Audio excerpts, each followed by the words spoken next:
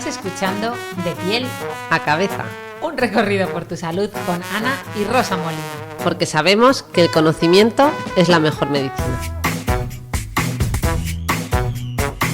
Bueno, después de 2 episodios hablando de mucosas, estoy segura que todos estabais deseando que llegara algún capítulo de más de tema de los de Rosa, ¿verdad? Temas que nos ayudan en el día a día, como los hábitos, el ejercicio, la salud mental, el sueño, ¿verdad? Que yo, por cierto, tengo mucho sueño hoy. Y es que, claro, vivimos en una época en la que queremos como comprimir el tiempo, ¿no? Hacer muchas cosas, tratamos de quitarle horas al sueño y al final es que yo creo que van a... O sea, falta algún... O sea, yo creo que al final van a sacar un libro que se llame Cómo dormir 8 horas en 2, ¿no? O algo así, porque, o sea, al ritmo que vamos, ¿no? Desarrollaron una aplicación de móvil implantable en el cerebro que nos permita como condensar, ¿verdad? Sí. Las horas de sueño, porque nos faltan horas. Sí, nos faltan horas, pero bueno, lo cierto es que el sueño es una función biológica que es súper importante para la mayor parte de los seres vivos. De hecho, todos los estudios sobre la fisiología del sueño han demostrado que durante el sueño se producen procesos biológicos de relevancia, súper importante, como, pues eso, mantener nuestra energía, regular el metabolismo, consolidar la memoria, eliminar sustancias de desecho, activar el sistema inmune, o sea, que al final, sabemos que el sueño es súper importante, ¿no, Rosa? Sí, sin duda. Oye, por cierto, aprovecho para recordar que hicimos un capítulo de podcast dedicado al sueño. Ah, es verdad.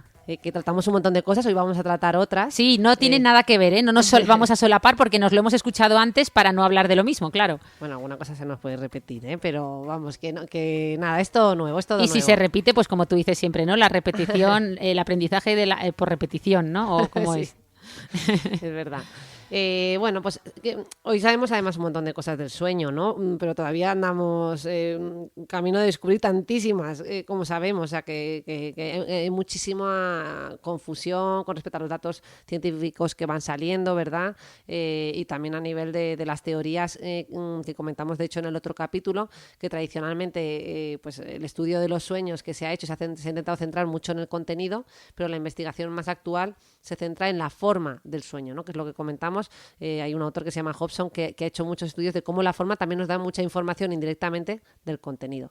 Lo que sabemos es que en el sueño existe una disminución de la conciencia y de la reactividad a los estímulos externos, pero es un proceso reversible a diferencia de lo que podría ocurrir con un cuadro patológico, ¿no?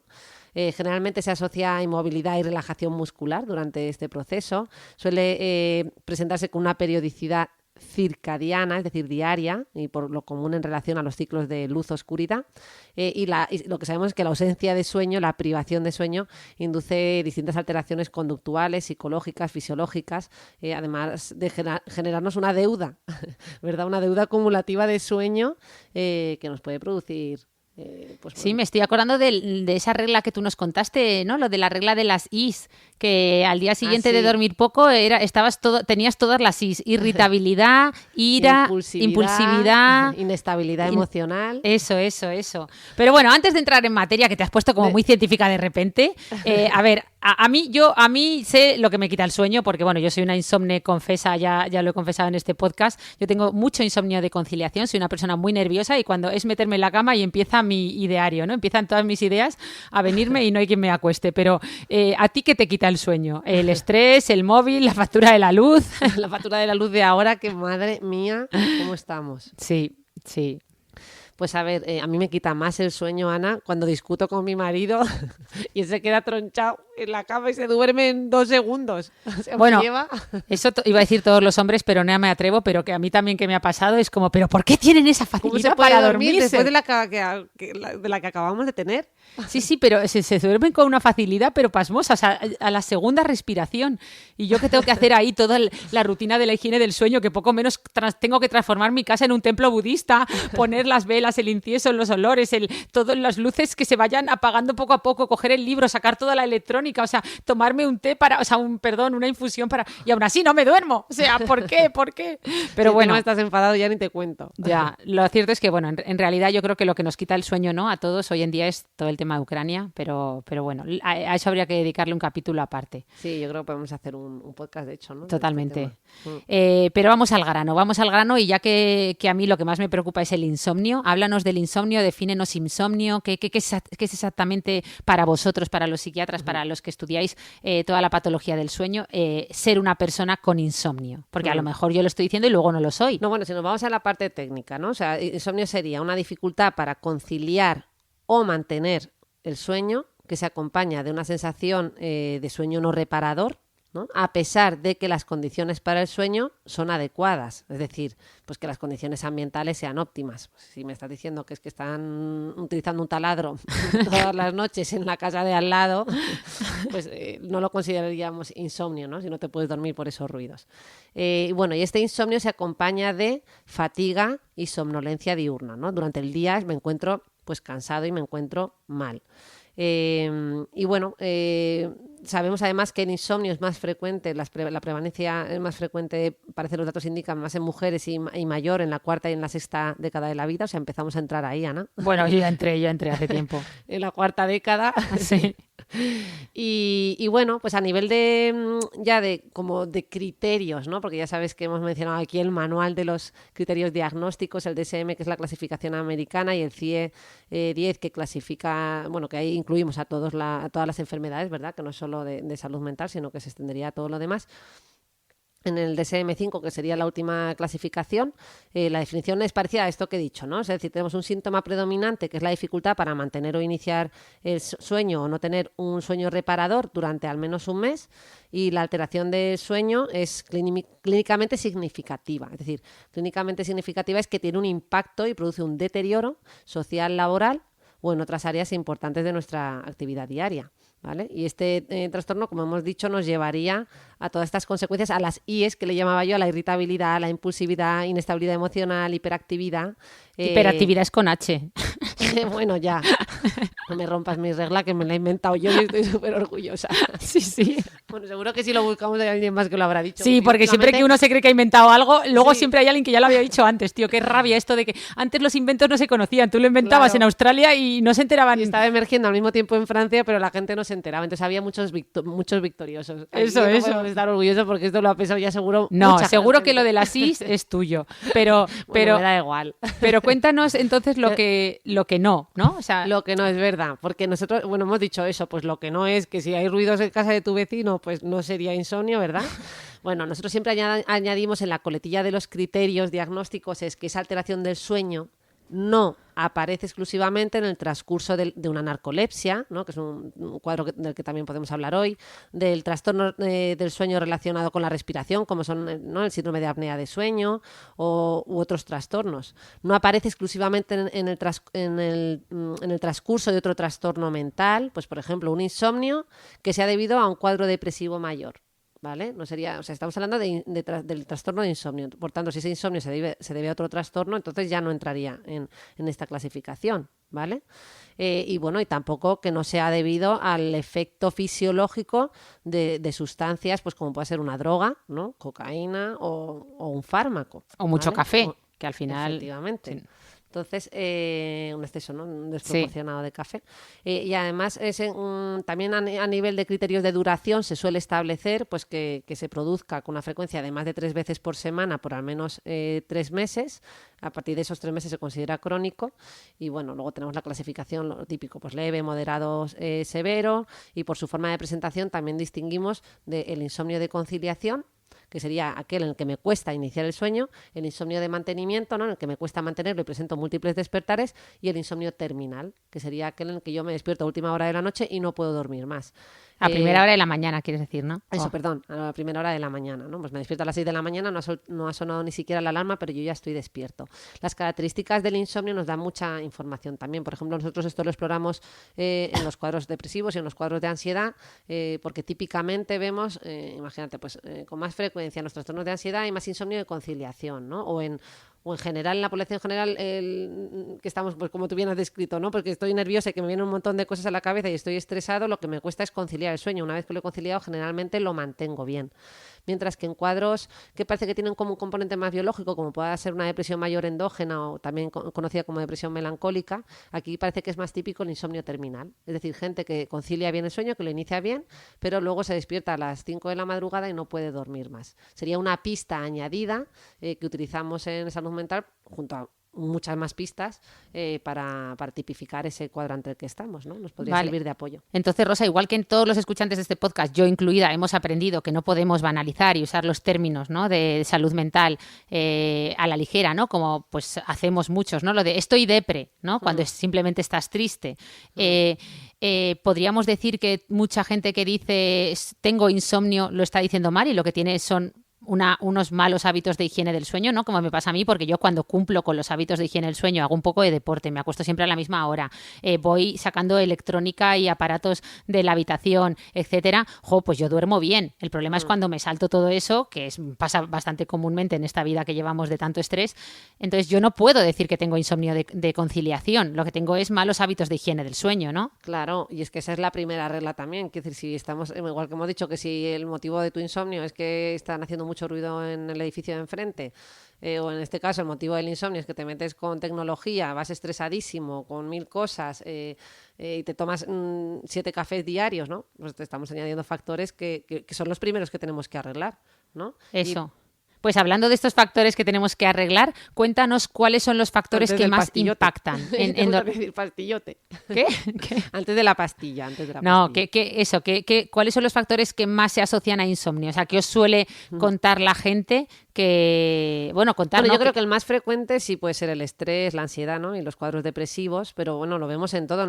Por ejemplo, ya viendo un poco lo que... Bueno, mira, en enfermedades en general, pues desde un cuadro de hipertensión, una insuficiencia cardíaca o un Parkinson puede provocar insomnio. Muchos medicamentos pueden provocar insomnio, incluidos los antidepresivos, ojo, o fármacos para el trastorno por déficit de atención e hiperactividad. También los factores ambientales que ya hemos mencionado, o sustancias como el factores alcohol, ambientales como que haya mucha luz en la habitación, ¿no? O ruidos, o calor, o mucho calor o mucho frío, ¿no? Antes no hay quien duerma. Eso es. Y luego, pues eso también, pues el estrés postraumático, obviamente, ¿no? Sería un síntoma más de este cuadro. En fin, podríamos ver muchísimos, ¿no? Prácticamente. Sí, hay muchos factores que impactan en el sueño, prácticamente todo, ¿no? Pero, y lo opuesto, porque parece que nos preocupa muchísimo el insomnio, no duermo bien. Encima ahora parece que a veces yo hasta me estreso, ¿no? Que tanto podcast de dormir bien, tanta gente hablando de lo importante que es dormir bien, que todos queremos dormir muy bien y a veces te genera un estrés que no veas de tengo que dormir bien, el sueño es súper importante y entonces ya vas todo el día que cuando llega la hora de dormir ya estás estresadísimo, ¿no? Pero ¿qué pasa con lo opuesto? La gente que tiene hipersomnolencia, estos que se quedan dormidos por todos lados, cuando es patológico, cuando es simplemente un poco más dormilón, o sea, ¿qué pasa con el sueño excesivo? Llega un poquito, ¿no? Imagino que irán más a las unidades específicas de sueño, pero aquí el motivo de consulta principal es la presencia de una somnolencia excesiva que dura como mínimo, ¿no? Un mes, y tal como ponen en evidencia episodios prolongados de sueño, ya sea diurno o nocturno, ¿no? Y que les pasa pues casi cada día. Cuando digo diurno o nocturno, porque puede ser que tengas como periodos de sueño nocturno de un montón de horas, que duermas 12 horas o 10 horas y además tengas la sensación de que no ¿cómo se dice? No es... como que no te recupera satisfactorio. No me sale el término. No es reparador. Eso, reparador, ¿vale? Y además eso, tienes como dificultad para mantenerte como completamente despierto, ¿no? Y luego también pues puede pasar por el día, ¿no? Que te pase, pues eso, de manera repetida y durante un tiempo pues prolongado. Quizás a lo mejor lo primero que te venga a la cabeza con esto de la hipersomnia también es la narcolepsia, ¿no? Sí, te lo iba a decir, que hombre, cuando piensas en gente que se queda dormido, piensas en narcolepsia, que son esos que se quedan dormidos de repente, ¿no? Entiendo, o no lo estoy diciendo bien. Sí. Ahí siempre he tenido dudas también con la cataplexia, con la terminología. Sí, la cataplexia sería como un síntoma que frecuentemente se ve, o con cierta frecuencia en la narcolepsia, ¿no? O sea, en la hipersomnia veríamos que la persona está excesivamente somnolienta, ¿no? Durante el día y tiene esos episodios que hemos comentado, mientras que en la narcolepsia lo que vemos son esos episodios bruscos de sueño que además sí que son como irresistibles y que aparecen diariamente durante, bueno, pues un tiempo, ¿no? Generalmente son 3 meses y que se acompañan de síntomas como los que tú has mencionado, la cataplejía o cataplexia, ¿no? Que son episodios breves y súbitos de pérdida bilateral de tono muscular, ¿vale? Es como que el paciente se queda como de repente parado o se cae o se... Sí, ¿no? ¿verdad? Como lo que le pasó a Jordi Évole en directo en el programa del hormiguero. Que... Es verdad que Jordi sí. Évole... Sí, no, o sea, no, lo he oído, pero no lo he llegado No, pues ese vídeo, vamos, que está allí Pablo Motos, que reaccionó muy bien, por cierto, y la verdad es que es impactante verlo y ver que lo lleve, o sea, cómo lidia con ello y lo bien que lo hace y la naturalidad con la que reaccionó. Sí. Pues bueno, este es uno de los síntomas que puede aparecer, ¿no? Se dice que para el diagnóstico de la narcolepsia se necesita uno o varios de los que vamos a mencionar, ¿no? Que es eso, la cataplejía o cataplexia, que sería esta pérdida de tono muscular, que además se desencadena generalmente por emociones intensas, con más frecuencia la risa.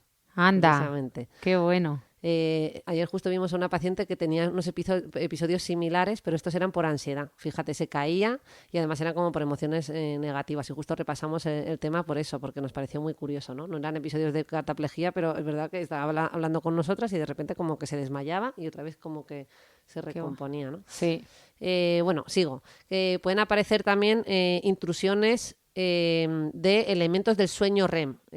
Bueno, especificar que estamos, ¿no?, ante un trastorno del sueño REM y entonces, bueno, que eso lo explicamos en el otro claro, podcast, para ¿verdad? los Lo del que, sueño claro, REM y sueño no REM. Sí, de eso tenéis que ir al sueño para dummies, que fue el primero, que fue como básicos del sueño. En este ya veis que estamos poniéndonos un poquito más técnicas, o sea, que con más tecnicismos, con más patología, con lo cual, si escucháis el primer episodio antes de escuchar este, pues seguro que lo entendéis mejor y lo podéis seguir. Estos episodios del sueño REM, Ana, que en realidad parece técnico, pero que mucha gente lo habrá escuchado, ¿no? Esto de las alucinaciones hipnagógicas o hipnopómpicas. Yo he escuchado esas alucinaciones lo que sean, millones, vamos, todos los días hablo yo de las alucinaciones hipnagógicas. Hipnopómpicas y lo de la parálisis del sueño. Pues, a ver, son experiencias similares a las ensoñaciones o ilusiones que suelen ser visuales, auditivas o táctiles, y que suelen presentarse al inicio del sueño. Y nada, duran muy poquito tiempo. Y a la gente le pasa, pues eso, cuando está cayéndose dormida y tiene como estas alucinaciones. Ah, vale. Y esto es más frecuente en la narcolepsia, ¿no? Vale. Estas experiencias. Pues oye, pensaba que sí. De hecho, yo creo que esto no hemos hablado ya. Hombre, alucinaciones, la palabra alucinaciones sí, pero hipnagógicas, que entiendo que viene de hipnosis, tendrá algo que ver, no sé. Pero bueno, hablando de todo esto, como has hablado de la pérdida del tono muscular, me he acordado de las parálisis del sueño, que no sé si qué relación tienen, cómo son exactamente, pero hay gente que tiene parálisis del sueño, ¿no? Sí, de hecho, esto también se ha visto que es más frecuente y que se consideraría una de estos elementos intrusivos del sueño REM que aparece en la narcolepsia o que puede aparecer, porque no siempre están presentes, y la parálisis del sueño es una incapacidad súbita para movilizar para movernos, para movilizar nuestros músculos, ¿no? Nuestros músculos voluntarios, que puede ocurrir tanto al inicio del sueño como al final del sueño. Pero aquí el sujeto pues conserva la apertura ocular, o sea, tendría los ojos abiertos, puede mover, o sea, conserva los movimientos respiratorios, pero claro, tiene una tremenda sensación de angustia. De hecho, la gente que tiene parálisis del sueño lo cuenta así, ¿verdad? ¿Qué me está pasando? Es que de repente me despierto y no me puedo mover. Pero estoy viendo lo que está ocurriendo a mi alrededor, tengo los ojos abiertos, pero no me puedo mover, estoy paralizado durante un minuto. Pero esto se considera una patología, entiendo, pero también en mayor o menor medida a todo el mundo le ha podido pasar alguna vez de forma anecdótica o casual, ¿no? Claro, o sea, no, hay casos que, o sea, bueno, puede estar en el contexto de esta narcolepsia, como lo hemos mencionado, pero mucha gente que no tiene narcolepsia y que tiene parálisis del sueño, efectivamente, sin que tenga ninguna otra patología. O sea, se está estudiando, pero no tiene por qué ir más allá, efectivamente, claro. Se podría dar en población general. Parece que está causado por una disociación entre los mecanismos que provocan la relajación muscular en el sueño de los movimientos oculares rápidos, ese sueño REM, ¿verdad? Sueño MOR, y los que mantienen nuestro estado de alerta. O sea, hay como un decalaje ahí. Como un desfase, ¿no? Sí, un pequeño decalaje, un pequeño desfase, de forma que es como, ya me estoy despertando, voy a empezar a mover los músculos mientras que mi conciencia vuelve y de repente ahí como, ostras, que tarda un minuto más, espérate. Que no puedo, ¿no? Que no me puedo mover, entonces la gente se angustia mucho. Claro, ser consciente de que no te puedes mover, porque durante el sueño ya hemos hablado que todos tus músculos se paralizan y se mueven los oculares, pero como tú no eres consciente, pues no pasa nada. En el momento que tú sí que eres consciente de que no te puedes mover, mujer, eso es muy angustioso. Pero bueno, hablando de trastornos, tenemos que hablar también de los trastornos del ritmo circadiano, ¿no? Porque existen como tal, ¿no? Sí, Para y vosotros. aquí también, mira, ahora que has dicho el decalaje, el desfase, Sí. precisamente estos trastornos del ritmo circadiano se caracterizan por un patrón de sueño desestructurado que obedece a una mala sincronización entre nuestro sistema circadiano endógeno de sueño vigilia, bueno, pues eso, un decalaje entre esos ritmos, ese sistema y el propio sueño con las exigencias exteriores, ¿no? De nuestro día a día. Dentro de estos, lo primero que te va a venir a la cabeza es el jet lag, ¿verdad? Ah, claro. Que ahora en las clasificaciones, pues como que lo han retirado, no se clasifica como un trastorno, ¿no? Sino que hablamos de estos trastornos del ritmo circadiano, dentro de los cuales encontramos varios. Por ejemplo, está el trastorno de fase avanzada del sueño, el trastorno de interrupción irregular del sueño, el trastorno de interrupción del sueño no circadiano, que no es de tipo 24 horas, el trastorno de sueño por cambio de turno de trabajo, y luego lo que se llama el trastorno de sueño circadiano no especificado. Un montón de nombres, vamos, ni yo me los sé, los he tenido que anotar, ¿no? Aquí, digamos que las nuevas clasificaciones, ¿por qué incluyen estos subtipos? O sea, que es un poco similar a lo que se va haciendo con los distintos trastornos que se van incluyendo, ¿no? O sea, nos vamos basando en la presencia de biomarcadores, heredabilidad familiar, e incluyendo, ¿no? Necesidades de la sanidad pública, como pueda ser pues la limitación funcional importante derivada de la deprivación de sueño, ¿no? Que se puede asociar a otros trastornos psiquiátricos. Bueno, en definitiva, yo creo que en los del ritmo circadiano saber que hay un montón y que un poco el por qué se cataloga así es porque se ve que hay un impacto, ¿no? Pues como en el resto de trastornos. Vale, perfecto. Y entonces, como de lo último que has dicho me he enterado de la mitad, porque has hablado ya, perdona, que parecías una ministra. Es que no sabía cómo... Porque ahí me he apuntado los nombres de los que son y digo... Que es de broma, que es de broma. En detalle de cada uno... No, si es de broma, si es por si podemos aterrizar un poco y bajar a... O sea, estos trastornos están muy bien, pero... No, es que son trastornos menos conocidos. Claro, por eso, si podemos pasar a las pesadillas. Al mainstream, como dicen, ¿no? Al mainstream, que son pesadillas, sonambulismo, terrores nocturnos, parasomnias. Las películas de terror. Claro, los que tienen gancho, ¿no? O sea, vamos a ponernos un poco amarillistas y vamos a ser un poquito menos técnicas. Está muy bien la divulgación científica con rigor. Me encantan todos estos trastornos que nos has contado que nadie conoce, pero...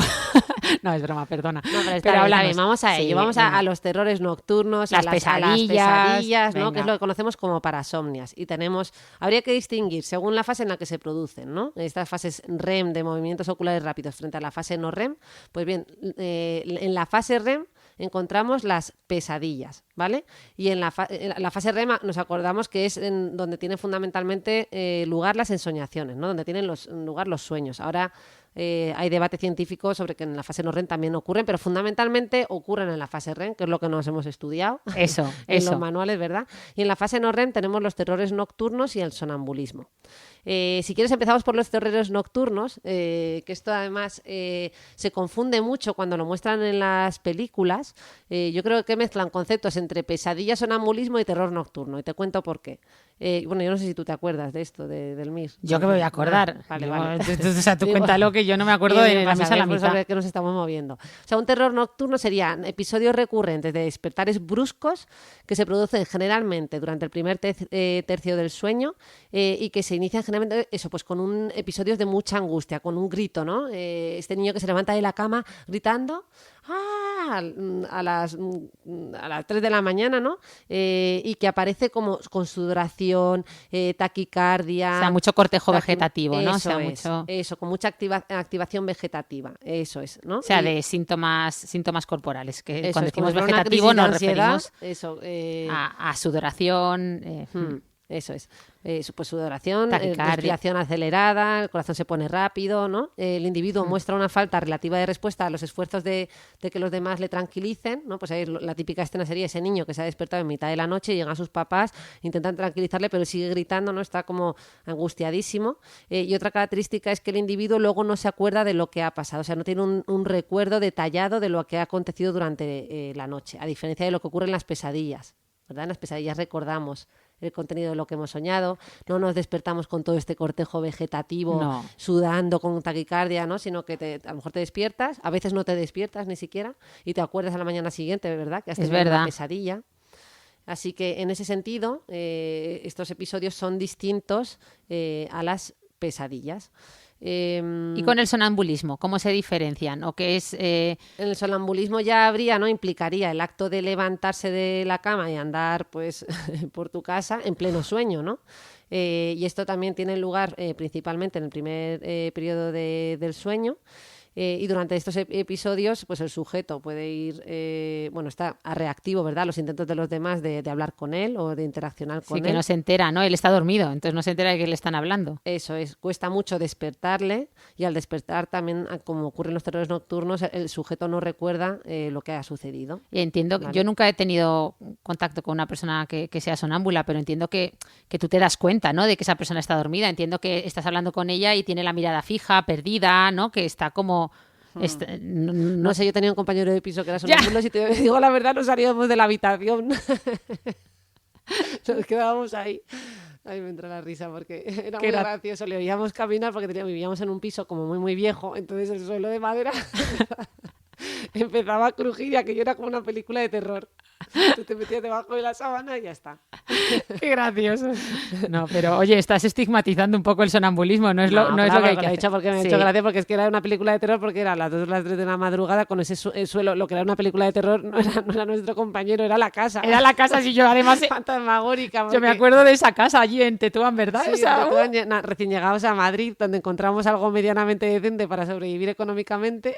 Ostras, es verdad, yo me acuerdo de esa casa y era impresionante. Y crujía mucho el suelo, entonces era gracioso porque de entrada, claro, tú estabas durmiendo, te despertabas por ruidos, pero tampoco es que dijeras, ay, que es mi compañero, que se ha despertado. De entrada te morías de miedo, en plan, ha entrado alguien. Sí, claro, no, sí. ¿Y qué más trastornos nos quieres contar? ¿Algo más de las pesadillas o de otros trastornos de comportamiento que se den en el Bueno, de las pesadillas realmente, pues eso, recalcar que hay como un contenido pues que pueda ser amenazante, ¿no? Y que nos genera miedo e inseguridad, pero que a diferencia del terror nocturno, pues lo recordamos y no tiene todos estos síntomas que hemos mencionado. Ocurre además más en la segunda periodo de la fase del sueño, o sea, de la noche, vamos, y bueno, y que el sujeto no está tan desorientado como ocurre en los terrores nocturnos. O sea, tú te despiertas de una pesadilla y enseguida recuperas rápidamente tu orientación y sabes dónde estás y sabes lo que ha pasado. En el terror nocturno esto no ocurre así. Y te decía que en las películas lo mezclan porque te ponen a alguien que se pone a gritar y a sudar y con todo este cortejo vegetativo como si fuera un terror nocturno, pero luego te cuenta toda la historia de lo que le ha pasado y se acuerda perfectamente, ¿no? Lo que sería más bien una pesadilla. Claro. Te mezclan. En la película lo mezclan todo porque mezclan toda la parte así llamativa. La parte llamativa del terror nocturno con la llamativa de la pesadilla. No, Hollywood y salud mental como que es como agua y aceite, no casan muy bien. Como lo mismo que pasa, ¿no? Con la romantización del suicidio en las películas, que el protagonista, ¿no? Cuando se suicida en las películas parece que está salvando poco menos a la humanidad y bueno, muchas cosas de salud mental que no se llevan bien en las películas. Pero bueno, yo creo que lo más importante y para terminar sería cómo tratar, ¿no? Todos estos trastornos del sueño, qué opciones tenemos, cuándo consultar, bueno, pues una serie de tips, como sé que no te gusta que te pregunte, para un poco cómo orientar, ¿no? Bueno, fíjate que en este campo hay cosas más prácticas, porque tú ya has mencionado los hábitos de vida saludable que comentamos en el otro podcast, ¿no? Que todo lo que podemos hacer y que no hacemos, porque es cierto que hay mucha gente que dice, sí, yo todo lo que tú quieras, pero yo no tengo tiempo, yo voy estresado y mi carga de trabajo no me la puedo quitar y no tengo tiempo para hacer ejercicio físico y no tengo para dormir más de 6 horas. Entonces yo ya me acuesto estresado y no me puedo dormir. Así que a ver si me da usted una pastilla. Sí, ¿no? y este discurso a veces, hombre, digo, son la minoría, es excepcional, pero sí que es algo que con lo que me he encontrado en consulta en ocasiones, ¿no? Y siempre el mensaje es, no, oye, primero vamos a ordenar eso. ¿Cómo que no puedes ¿no? Ir un poquito a menos revoluciones? Sí, no, o a veces incluso hay que poner la pastilla para que la persona empiece a dormir bien y decirle ya, pero esto no es eterno y tenemos que ir trabajando lo otro. O sea, vamos a ayudarte a dormir. Generalmente intentamos siempre corregir los hábitos de vida antes que poner ninguna pastilla, eso sí te lo digo. Yo creo que es algo habitual, que no, bueno, primero revisamos eso, además lo revisamos punto a punto y tal. Si ya es verdad que hay gente, ¿no? Pues que nos encontramos con un trastorno de insomnio que no ha respondido a todos estos hábitos, que hay gente que es verdad que lo lleva a rajatabla y aún así pues tiene este problema, pues podemos apoyarnos en medicación. evidentemente la medicación es transitoria, ¿no? Es temporal. Y hay que evaluar, pues como bien hemos dicho, si ese insomnio es un insomnio puro, simplemente como un trastorno del sueño puro, o es un insomnio insertado en un cuadro depresivo o en un trastorno de ansiedad, ¿no? En cuyo caso, al mejorar el trastorno depresivo, lo normal es que el insomnio mejore. Claro. A nivel farmacológico, ¿qué solemos hacer? Que suele ser la gran pregunta y que la mayor parte de la gente conoce, las famosas benzodiazepinas, que son fármacos, bueno, son ansiolíticos y son también hipnóticos. Sí, benzodiazepinas es el Valium, ¿no? Que es... Sí, aquí como, el Valium sería la marca, así que digamos que el principio activo sería el diazepam. Sí, iba a decir el principio activo. El bromazepam, alprazolam. el alprazolam. Estos fármacos ya sabéis que son de los pocos que sí que pueden tener estos problemas de dependencia, de tolerancia, la tolerancia es que van perdiendo efecto con el tiempo y cada vez necesito más dosis para conseguir el mismo efecto y por tanto hay que tener especial cuidado. Son medicaciones que siempre van supervisadas, por poco tiempo, de una manera muy controlada. Y bueno, ya está, pues eso, que se utilizan brevemente. Otras alternativas que tenemos, pues a veces usamos pues fármacos de la familia de los antidepresivos, creo que esto también lo mencionamos en otra ocasión, ¿verdad? ¿No? Eso es la trazodona, y que tienen efecto hipnótico porque bloquean los receptores, por ejemplo, en el caso de la mirtazapina de la histamina, y entonces dan sueño, pero como puedan dar otros fármacos. Sí, como los antihistamínicos. También se usan hipnóticos, ¿no? También usáis hipnóticos... También los hipnóticos, las famosas Zetas, ¿no? El zolpidem, la zopiclona y el zaleplon, pero estas famosas Zetas también son problemáticas en el largo plazo y por tanto siempre como en periodos muy breves de tiempo, ¿no? 1 o 2 semanas, y generalmente los usamos en gente joven. Las benzodiazepinas y estas otras moléculas hipnóticas no las usamos en gente mayor, o no deberíamos usarlas, o lo mínimo posible.